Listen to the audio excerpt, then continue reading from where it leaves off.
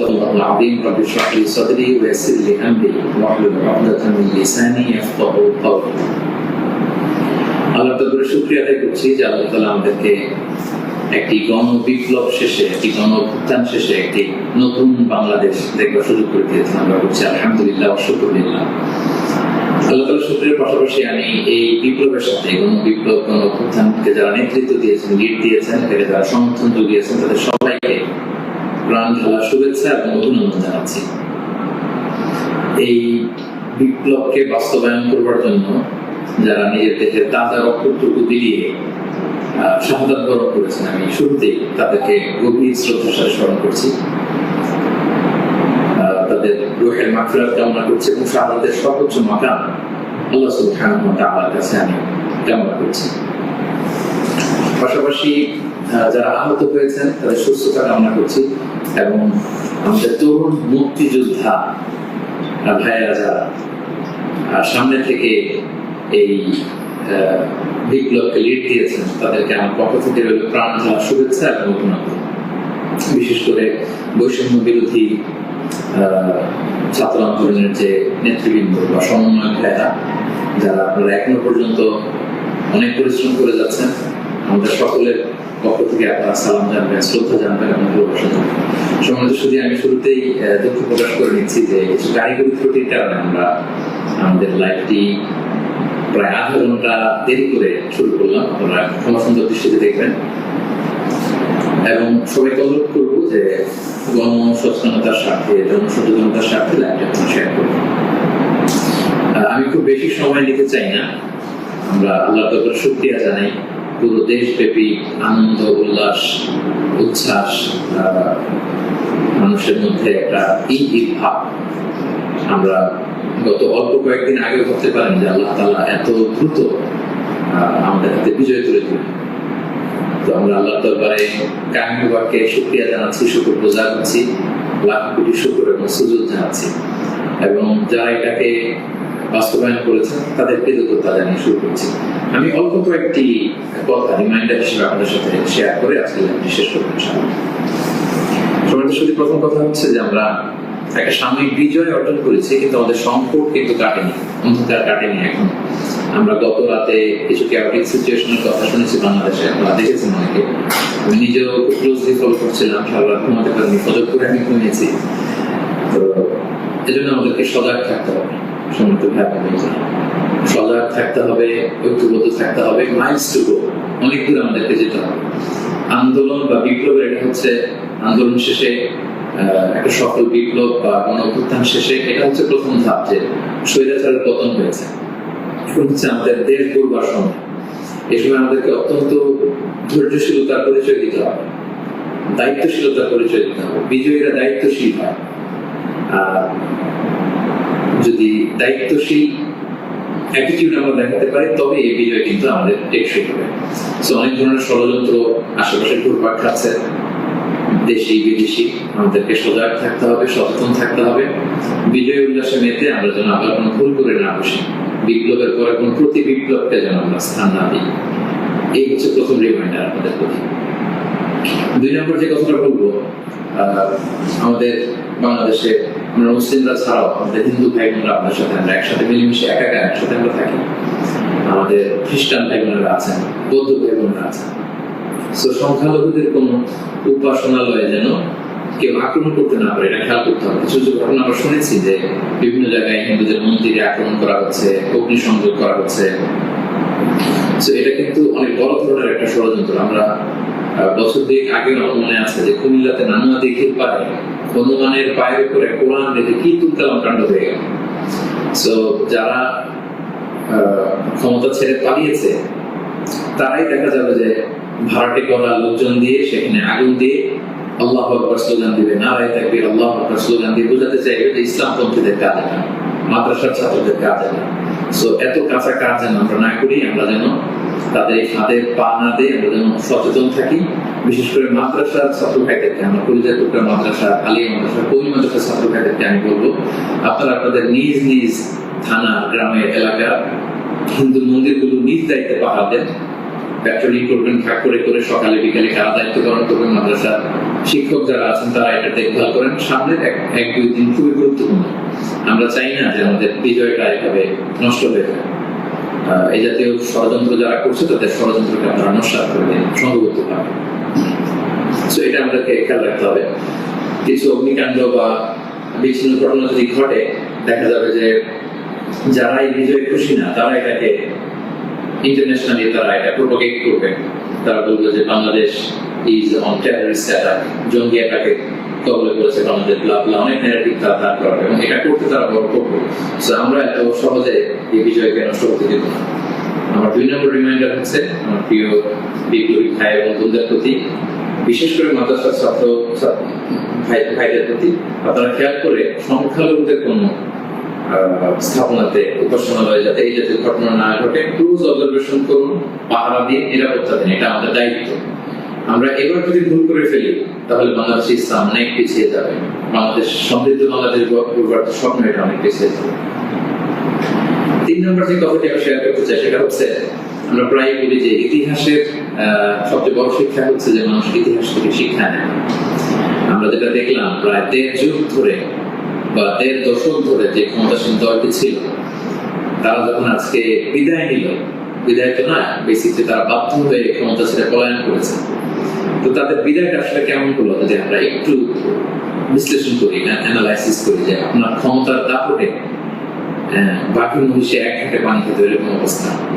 SSF আপনাকে security দিত, আপনার সামনে বহর পেছনে বহর, কত সিকিউরিটি, কত ন্যাশনাল প্রোটোকলের ব্যবস্থা আপনি করেছেন, কিন্তু আজকে বিদায়টা আপনার কেমন হয়েছে? পুরো দেশব্যাপী গণধিক্কার, ঘৃণা, বদয়া ছাড়া কিছু আপনি চিনতে পারেননি। এ থেকে আমাদের রাজনীতিবিদদের, আমাদের সকলের শিক্ষা গ্রহণ করা উচিত। আপনার বিদায় কেউ কাটেনি, কেউ কোনো সংবর্ধনা দেয়নি, সহমর্মিতা জানায়নি, বরং আপনার অস্তিত্ব ছিল ঝুঁকির মুখে। আল্লাহ তাআলা বলেন যে আমি হচ্ছি ক্ষমতার মালিক, আমি যাকে চাই। কুলিল্লাহুম্মা মালিকাল মুলক তুতিল মুলকা মান তাশা ওয়া তানজিউল মুলকা মিম্মান তাশা ওয়া তুইজ্জু মান তাশা ওয়া তুযিল্লু মান তাশা বিয়াদিকাল খায়র ইন্নাকা আলা কুল্লি শাইইন কাদির। আল্লাহ তাআলা হচ্ছেন ক্ষমতার মালিক, যাকে চান ক্ষমতার চেয়ার বসান, যাকে চান সেখান থেকে টেনে হিঁচড়ে ক্ষমতার চেয়ার থেকে তিনি নামান।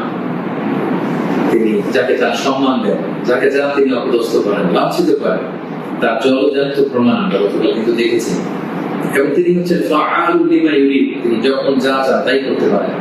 এর জন্য তাকে কারোর কাছে জবাবদিহি করতে হয় না, রিপোর্টিং করতে হয় না। তিনি কুন ফায়াকুনের মালিক, তিনি হওয়া বলতে দেরি হয় না। তিনি পাহাড়কে দরিয়া করেন, দরিয়াকে পাহাড় করেন, তিনি সম্মানিতকে অপদস্থ করেন, তিনি সমাজের লাঞ্ছিত অপমানিত লোকটাকে সম্মানের চেয়ারে বসিয়ে দিতে পারেন। তিনি হচ্ছেন আল্লাহ সুবহানাহু ওয়া তাআলা। ওনার একটা তিনি ক্ষমতার মালিক। আমরা যেন এটা ভুলে না যাই, ক্ষমতার চেয়ার পেলে আমরা যেন ভুলে না যাই যে আমি ক্ষণিকের জন্য এসেছি। সামনে যারা ইন্টারিম গভর্নমেন্টাল লিড দিবেন, 3 মাস 6 মাস পরে জাতীয় ইলেকশন পরে যখন আমাদের নতুন সরকার আসবে, তারা যখন ক্ষমতার চেয়ারে বসবেন, নিজেকে এই রিমাইন্ড যেন আমরা দিই, আমরা যেদিন বিদায় নেব, যেদিন ক্ষমতায় থাকবো, সেদিন আমি আমাকে কেমন যেতে চাই, সেই হিসাবটুকু করে যোগ বিয়োগ দিয়ে যেন আমরা ক্ষমতায় থাকাকালীন সময় আমাদের অ্যাক্টিভিটিস গুলো পরিচালনা করি। সো এই ইতিহাস থেকে আমরা বারবার শিক্ষা নিতে ভুল করি, হোঁচট খাই, আমরা যেন এটা না করি। আমি আমাদের জাতীয় নেতৃবৃন্দদেরকে বলবো, যারা আসন্ন নির্বাচনে নির্বাচিত হয়ে আসবেন, বাংলাদেশকে নেতৃত্ব দিবেন, নতুন প্রজন্মের বা পুরাতন অভিজ্ঞদের মধ্যে যারা মিলে সরকার গঠন হবে সামনে ইলেকশন শেষে, আপনারা মেহরবানি করে এই শিক্ষাটুকু আপনারা নিবেন। এবং বাংলাদেশে এটা তো আমরা দেখে এসেছি ছোটবেলা থেকেই, একদল ক্ষমতা ছিল, অন্য দলের লোকেরা তাদের উপর কিভাবে আক্রমণ করে, যেদিন তারা ক্ষমতা থেকে যায়, আবার তারা ক্ষমতা আসলে তারা তখন ক্ষমতা ছেড়ে অন্য বিরোধী দল তাদের উপর আক্রমণ করে। এই রেশারেশি আক্রমণ আমরা চাই না, আমরা এর অবসান চাই। আমরা ইতিহাস থেকে শিক্ষা নিতে চাই। আমরা একটা সমৃদ্ধির বাংলাদেশ ঐক্যবদ্ধ ভাবে একসাথে হাতে হাত রেখে কাঁধে কাঁধ মিলে গড়ে তুলতে চাই। এটা হচ্ছে আমার 3 নম্বর রিমাইন্ডার। 4 নম্বর রিমাইন্ডার হচ্ছে, গতকাল আমরা দেখেছি যে স্বৈরাচারের পতনের ঘোষণার মধ্য দিয়ে পুরো বাংলাদেশ, পুরো লাল সবুজের পতাকা, পুরো 18 কোটি মানুষ আনন্দ উল্লাসে ফেটে পড়েছে। আমরা আল্লাহ শুকরিয়া আদায় করেছি। আমরা হাফ ছেড়ে বেঁচেছি, আমরা স্বস্তির নিঃশ্বাস ফেলেছি। আমরা নতুন করে একটা স্বাধীন বাংলাদেশ পাওয়ার একটা আকাঙ্ক্ষা আমাদের হৃদয়ে জেগেছে। শুনে সুখী, কিন্তু দুঃখের ব্যাপার হলো আমরা মাঝে মাঝে আবেগে অথবা লোকে পড়ে অথবা হিতাহিত জ্ঞান হারিয়ে এমন কিছু করে ফেলি যেটা আমাদের এই বিজয়কে, আমাদের অ্যাচিভমেন্টকে প্রশ্নবিদ্ধ করে, এটা ন্যায্যতাকে প্রশ্নবিদ্ধ করে। গতকাল আমরা দেখেছি যে উল্লাসিত জনতা তারা জাতীয় সংসদ ভবনে ঢুকে পড়েছে, গণভবনে ঢুকে পড়েছে, সেখানে যে লুটপাট, চুরি, যা বলা যায় এগুলো সব ধরনের কাজগুলো করেছে এবং এগুলো কিন্তু লাইভ ব্রডকাস্ট হয়েছে, বিশ্বব্যাপী ছড়িয়েছে। আপনারা আসলে কি মেসেজ দিলেন আমাদের দেশের ছাত্র জনতা? কিছু তারা কি লুটপাট করে?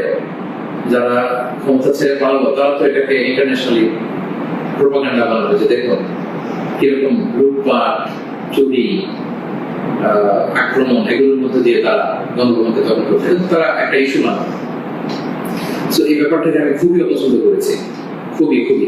আমি বলবো না যে শিক্ষিত ছাত্র জনতা এমন করেছে, যেহেতু উল্লাসিত জনতা সেখানে ঢুকে পড়েছিল, এখানে ভালো মানুষ ছিল, খারাপ মানুষ ছিল, ছিচকে চোর ছিল, টোকাই ছিল, তারা এগুলো করেছে। কিন্তু আমি দেখে অবাক হয়েছি মাঝে মাঝে অনেক ভালো ফ্যামিলির ছেলে পেলে অথবা নামাজি দেখে প্র্যাকটিসিং মনে হয়, তারাও এরকম ছবি দিয়েছে। কেউ গণভবনের বালিশ, কেউ চেয়ার, কেউ টেবিল, কেউ পাঙ্গাস মাছ, কেউ ফ্রিজের খাবার, যে যেরকম পেরেছে করিডোর করেছে।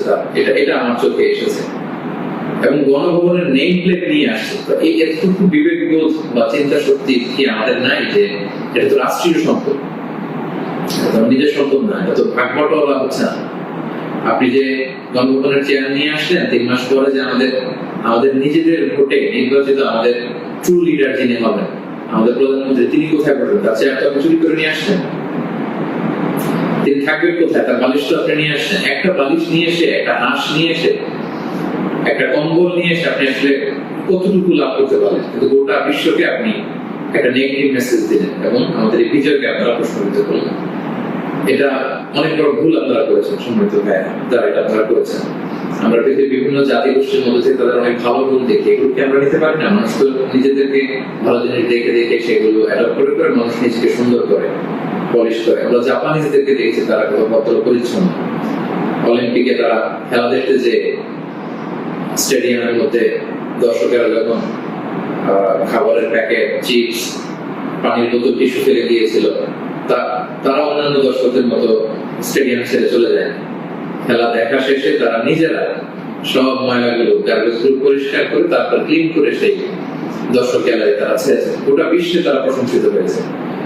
তো এই যে তারা একটা মেসেজ দিল গোটা বিশ্ববাসীকে যে আমরা সিভিলাইজড, আমরা পরিচ্ছন্ন। আমরা আমাদের গতকালের বিজয় উদযাপন করতে যে এটা করতে পেরেছি, এই যে আমাদের মধ্যে অধৈর্য, অস্থিরতা, এই যে সাময়িক বেনিফিটের হওয়ার যে মানসিকতা, এইটা যদি আমরা ঠিক করতে না পারি, এই গণবিপ্লবে, গণ অভ্যুত্থানে নতুন সরকার কিচ্ছু আসা যাবে না। প্রিয় ভাইরা, মানে I'm telling you the truth, I'm telling you the reality, এটা আপনাদের মনে রাখতে হবে। বাস্তবতা হচ্ছে আমরা যেমন, আমাদের নেতারাও যেমন। আমরা গতকাল হরিলুট করেছি, আমাদের নেতারাও হরিলুট করেছে। আমরাও চুরি করেছি, তারাও চুরি করতো। আমরা আসলে সুযোগের অভাবে সব বাস্তবতা যেটা, কথাগুলো এই মুহূর্তে বিজয়ের মুহূর্তে তিক্ত হলেও আমাকে ইসলামিক পয়েন্ট অফ ভিউ থেকে এই রিমাইন্ডার গুলো আমাকে বলতে হচ্ছে। আমি সরি ফর দ্যাট। তারা পদ্মা সেতুতে দুর্নীতির সুযোগ পেয়েছে, ওই লুট করেছে। তারা দেশের বড় বড় মেগা প্রজেক্টে লুট করেছে, আর আপনি ছোট্ট জিনিস লুট করার সুযোগ পেয়েছেন, ওইটা করেছেন, কোনো পার্থক্য নাই। তারা করেছে বড় বড় হরি লুট, আপনারা করেছেন ছোট ছোট চুরি লুট। এই তো পার্থক্য তো আমাদের এতটুকুই। এই জিনিসটা আমাদেরকে বুঝতে হবে যে এগুলো রাষ্ট্রীয় সম্পদ, সেখান থেকে একটা সুতা কেন আমরা টাচ করবো? আপনারা গণভবন ঘেরাও করেছেন, ভেতরে যে উল্লাস করবো, তাকবীর দিন, এমন দেশটি কোথাও খুঁজে পাবেন না। প্রথমে সকল দেশের রানী সেজে আমার জন্মভূমি, দোয়ালা ছেড়ে দিয়ে সবাই মিলে কোরআন গান করতে, গোটা বিশ্ব দেখতে আমরা কত সিভিলাইজ, আমরা কত সভ্য করবো। সেটা না করে আপনারা ভাঙচুরের মতো কাজ, লুটপাটের মতো কাজ আমরা করে ফেলছি। আমি বলবো না যে সবাই বুঝে করেছেন, অনেকে রাগ থেকে, ক্ষোভ থেকে, ঘৃণা থেকে এটা করেছেন, কিন্তু কাজটা ভুল করেছেন। প্রথম যেটা করতে হবে, আপনাদেরকে আল্লাহর কাছে ক্ষমা চাইতে হবে। আল্লাহর কাছে ক্ষমা চান। দ্বিতীয়ত এগুলো ফেরত দিয়ে আসতে হবে। আমাদের ছাত্র বন্ধুরা এগুলো কালেকশন করছে, এবং ছাত্র ভাইদেরকে আমি বলবো যারা এগুলো আবার রিটার্ন দিতে আসবে তাদেরকে যেন আমরা ব্লেম না করি, পড়াশোনা না করি, তারা তাদের রিয়েলাইজেশন থেকে নিয়ে আসছে এগুলো তারা রিসিভ করুন। কারণ এগুলো রাষ্ট্রীয় সম্পদ, নতুন গভর্নমেন্ট আসলে আবার নতুন করে রাষ্ট্রীয় অর্থ ব্যয় করে এগুলো আমাদেরকে আবার মেরামত করতে হবে, ঠিক করতে হবে সঙ্গে সঙ্গে। এবং একজন মুমিন এই কাজ কখনো করতে পারে না, একজন বিশ্বাসীর সাথে এই ধরনের মাইন্ডসেট অ্যাটিটিউড যায় না। প্রিয় ভাই বোনেরা, ছোট একটা হাদিস বলে পয়েন্ট আমি শেষ করছি। খাইবারের যুদ্ধ থেকে রাসূল সাল্লাল্লাহু আলাইহি ওয়াসাল্লাম সাহাবাদেরকে নিয়ে ফিরছিলেন বিজয়ী হয়ে। আপনাদের মনে থাকবার কথা, ইহুদিদের বিরুদ্ধে এই যুদ্ধ হয়েছিল, সপ্তম হিজরির ঘটনা। ফেরার পথে রাসূল সাল্লাল্লাহু আলাইহি ওয়াসাল্লাম একদিন খাদেম রাসূল সাল্লাল্লাহু আলাইহি ওয়াসাল্লাম উটের হাওদাস ঠিক করছিলেন, এমন সময় একটা বিক্ষিপ্ত তীর এসে তার গায়ে লেগে সে সেখানে মারা যায়। সাহাবারা তার জন্য দোয়া করলো, তারা বললো কি খুশ নসিব তার, যুদ্ধ থেকে ফিরে আসার পথে মুজাহিদ শহীদ হয়েছে, জান্নাতের নীল পাখি হয়ে সে করবে। রাসূল সাল্লাল্লাহু আলাইহি ওয়াসাল্লাম বললেন না, তোমরা এই মন্তব্য করো না, তোমরা জানো না আমার এই দাস সে সুযোগ পেয়ে রাষ্ট্রীয় সম্পদের অর্থাৎ গনিমতের যেটা পেয়েছিল ভাগ বটলার আগে সে লোকচক্ষুর আড়ালে একটি চাদর চুরি করেছিল এবং এই জাহান্নামের এই চাদর তার গা পেঁচিয়ে তার শরীরকে জ্বালিয়ে ফেলবে, তাকে দগ্ধ করবে। আল্লাহু আকবার। অনেক লম্বা কথা, আমি সংক্ষেপে শেষ করে দিচ্ছি। সময়টা যদি আপনি খেয়াল করে দেখুন, একজন সাহাবী, বিশ্বনবীর সার্ভেন্ট, সে রাষ্ট্রীয় এই সামান্য একটা চাদর চুরি করার কারণে বললেন শাহাদাত তো দূরের কথা, এই চাদরটাকে অগ্নিদগ্ধ করবে। তো আপনার কি ভয় পায় না? আপনি যে গণভবন থেকে বালিশ নিয়ে আসলেন, চাদর নিয়ে আসলেন, ওখানকার টিভি নিয়ে আসলেন, ওখানকার জিনিসপত্র যে আপনি কাঁধে করে নিয়ে আসলেন, ফুলের টব এটা সেটা ভেঙে যে নিয়ে আসলেন, এগুলো যে আগুনের লেলিহান শিখে হয়ে আপনাকে জ্বালাবে, আপনার কি ভয় হয় না? এই মাইন্ডসেটে যদি আমরা থাকি, কোন ভালো নেতাই আমাদের কিছু করতে পারবে না। 18 কোটি জনগণের এই হাইলি পপুলেটেড দেশে কেউ এসে কিছু করে দিয়ে যেতে পারবে না যদি আমরা নিজেরা না শুধরাই। আমরা এটা ভুল করেছি, আমরা অনুতপ্ত হব, অনুশোচিত হব। যারা আমার আলোচনা শুনেন, আমাকে পছন্দ করেন, আমি হাত জোর করে অনুরোধ করব প্রত্যেকটি জিনিস আপনারা ফেরত দিয়ে আসবেন। এগুলো রাষ্ট্রীয় সম্পদ, কোন রাষ্ট্রীয় সম্পদকে তো সুযোগ করার অধিকার আল্লাহ আমাদেরকে দেন। আল্লাহ আমাদেরকে বুঝাতে প্রদান করুন। 5 নম্বর যে পয়েন্টটি বলবো সম্মানিত ভাই বোনেরা, গত রাত থেকে এখন পর্যন্ত আমি শুনেছি যে কাইন্ড অফ সিভিল ওয়ারের মতো একটা অবস্থা, গৃহযুদ্ধের মতো অবস্থা, থানা জ্বালিয়ে দেওয়া, ভিন্ন রাজনৈতিক মতাবলম্বী যারা তাদেরকে সুযোগ পেয়ে আক্রমণ করা, হতাহতের ঘটনা কিন্তু ঘটেছে। এইরকম চালিয়ে গেলে আমাদের বিজয় কিন্তু যে কোনো মুহূর্তে নস্বাত হয়ে যেতে পারে। এবং আমি সেনাবাহিনীকে বলবো অস্থায়ীভাবে সামনের 2 দিনের জন্য আপনারা আর্মি ডেপ্লয় করুন সব জায়গায়, প্রতিটি থানায়, প্রতিটি ইউনিয়নে, প্রতিটি জেলায়, just to confirm and ensure the security. Government যখন আসবে তখন তাদের দিক নির্দেশনা অনুযায়ী তাদের লিডারশিপে আপনারা সহযোগিতা করবেন, কাজ করবেন। কিন্তু এই হানাহানি, মারামারি, রক্তপাত থামানোর জন্য, সংঘাত থামানোর জন্য আমার মনে হয় আমাদের প্রাণের ব্যাটালিয়ন সেনাবাহিনীকে আমি এই অনুরোধটুকু করবো যে জরুরি ভিত্তিতে দেশের এই সমস্ত জায়গায়, থানাগুলোতে, মন্দিরগুলোতে যেখানে সংঘাত হওয়ার সুযোগ আছে সেখানে আর্মি যেন ডেপ্লয় করা হয়।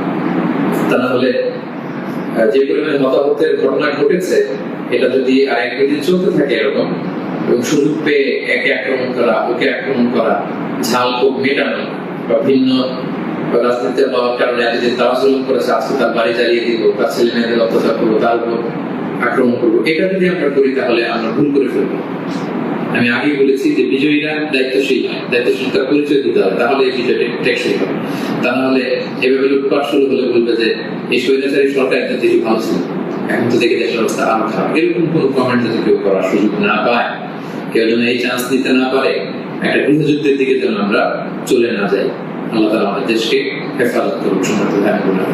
এবং যারা বড় বড় অপরাধী ছিল, ক্রাইম করেছে, অবশ্যই তাদেরকে আইনের হাতে তুলে দিন, তাদেরকে ধরে রাখুন, বেঁধে রাখুন, পুলিশের হাতে দিন, সেনাবাহিনীর হাতে দিন, সংঘবদ্ধ ভাবে তাদেরকে আটকে রাখুন, তাদেরকে দেশ ছাড়তে, দেশ থেকে পালাতে আপনারা বাধা দিন। এই কাজটুকু করবেন।